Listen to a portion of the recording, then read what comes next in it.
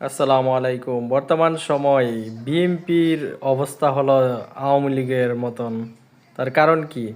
আওয়ামী লীগ যেটা করেছে বিএনপিও সেটা করার চেষ্টা করতেছে।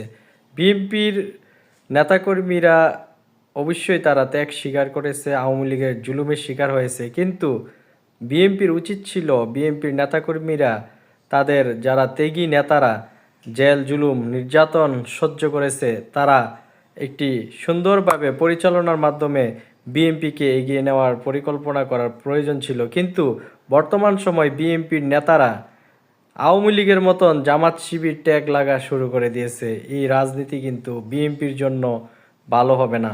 বিএনপির উচিত হবে তাদের ছাত্র সংগঠন এবং তাদের যে ত্যাগী নেতারা তাদেরকে মূল্যায়ন করা। বিএনপি যদি মনে করে 1971 সালকে সামনে রেখে রাজনীতি করবে, বিএনপি কিন্তু শাহবাগী কিছু নেতা আছে, বিশেষ করে এই বিএনপির অনেক নেতারা কিন্তু উস্কানিমূলক বক্তব্য দিতেছে, যেটা বাংলাদেশের জনগণ সেটা মেনে নেবে না। সেই বক্তব্যগুলো কিন্তু আওয়ামী লীগও দিয়েছিল।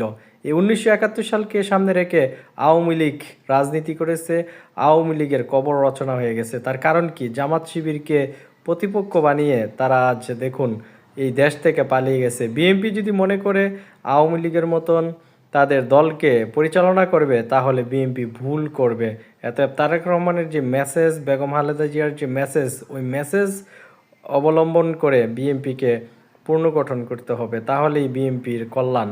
আর যদি 1971 সালকে সামনে রেখে আওয়ামী লীগের মতন চেতনার দোকান খুলে, তাহলে আওয়ামী লীগের কবর রচনা যেমন হয়েছে, বিএনপিও রাজনীতির মাঠ থেকে তারা ভালো কিছু বয়ে আনবে না। তার কারণ বাংলাদেশের মানুষ জানে যে 1971 সাল এটা একটা মহান যেই গৌরবময় ছিল, সেটা আওয়ামী লীগ কলঙ্কময় করেছে। কিন্তু